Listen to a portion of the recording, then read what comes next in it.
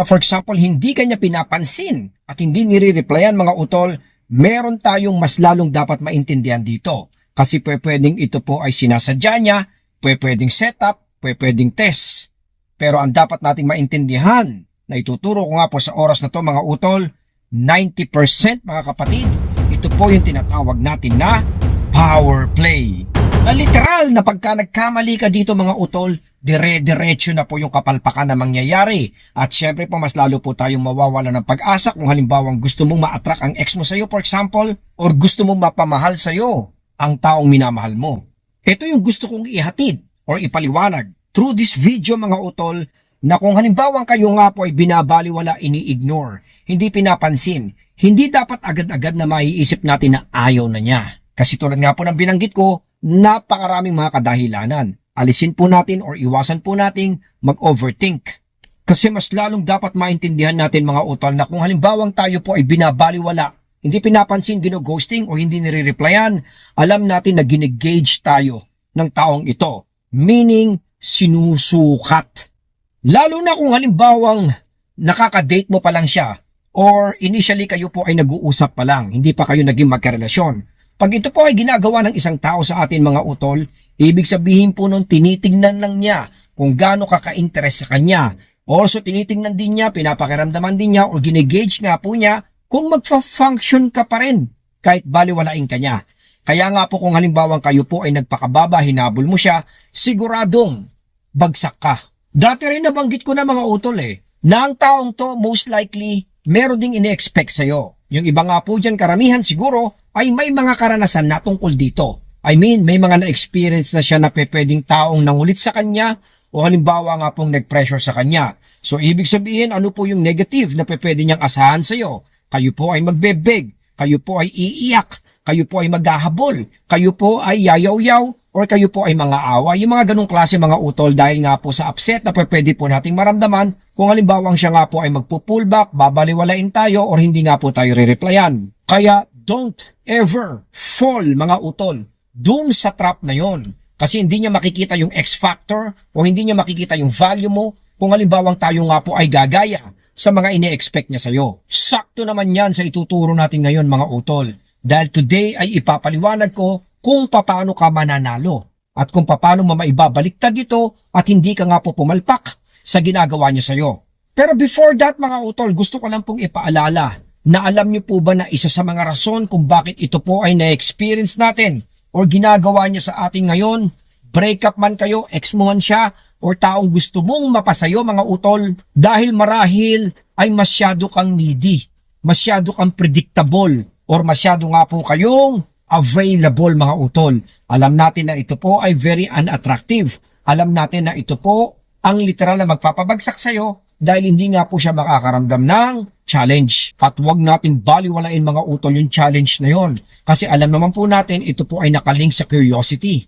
And curiosity keeps us interested, curious, dun tayo humahabol. Yun yung nagugustuhan ng kahit sino. Pag ito po kasi ay nawala or hindi niya nararamdaman, hindi siya magki-care, hindi siya magiging interested, hindi siya magiging excited at lalong hindi po siya magfo-focus sa atin. Nabanggit ko nga po yung power play. Kasi kahit sino mga utol na nasa ganitong situation, siya man yung umiiwas o siya man yung iniiwasan mga utol, ay siguradong makikiramdam nga po doon sa tinatawag na power play. Papakiramdaman kung paano mo i-handle ito, papakiramdaman kung kaya mong i-handle ito in a matured way, papakiramdaman kung ano po ang gagawin mo. Marahil kung halimbawang kayo nga po ay dinidedma niya, binabaliwala mga utol, siguro at some point ay medyo naramdaman niya na wala nga po kayong play at wala kayong power. Naramdaman niya siguro na kayo nga po ay mas mababa sa kanya.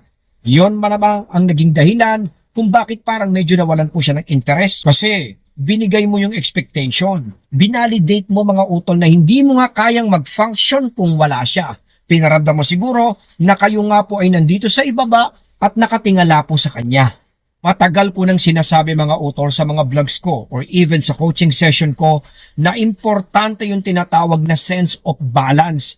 Dapat po balanse. Kaya nga tinuturo ko na kung kayo po ay may pinopursue, hindi po parating push ng push, bomba ng bomba mga utol.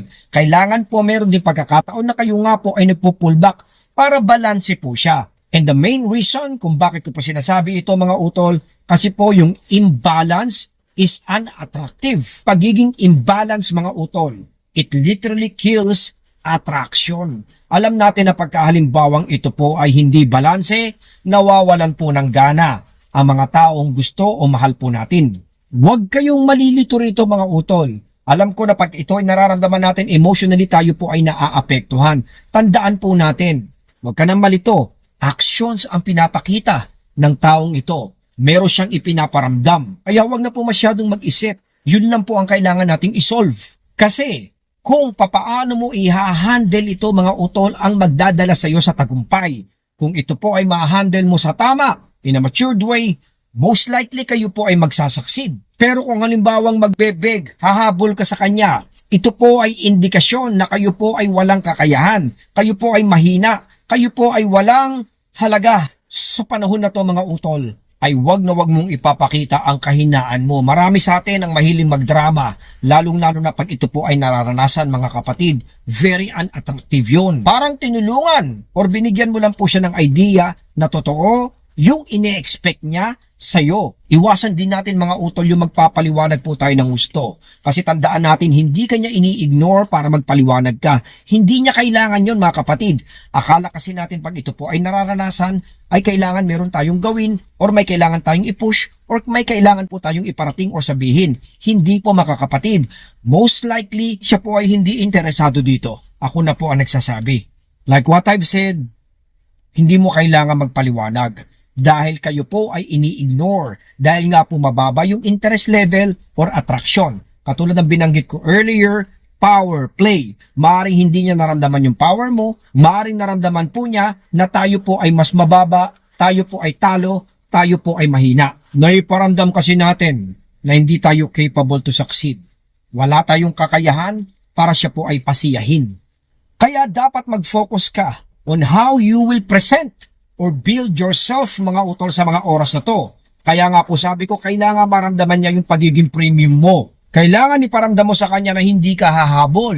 Doon po kasi siya magkakaroon ng doubt or second thought. Mapapaisip siya sigurado kung bakit hindi ka sumagot, kung bakit hindi ka nag-react, kung bakit hindi ka naggabol, kung bakit hindi ka man lang nagpaliwanag. Tulad na sinasabi ko mga utol, hindi po kasi ito karaniwan. Alam natin na pagkahalimbawang ito po ay nararanasan ng kahit sinong individual, siguradong magrereklamo, siguradong madidepress, at siguradong magpapaliwanag. Huwag mong gagawin yon mga utol. Ipakita mo na kayo nga po ay nagfa-function pa rin, solido at kumpleto pa rin. Marami namang ways para iparamdam ito. Pero katulad nga ng hindi mo pagsagot o hindi mo paghabol sa kanya, ay nangangahulugan na kayo nga po ay hindi bababa at hindi magiging mahina. Kahit po wala siya, kayo po ay okay pa rin. Might be na medyo kailangan natin ng konting panahon dito. Pero alam naman po natin na dahan-dahan mga utol mapapaisip siya, lalo na kung halimbawang siya nga po ay para nag-aabang at naghihintay sa gagawin mo. By also ignoring yung kanyang ginawa mga utol, ay magiging attractive ka sa kanyang pakiramdam.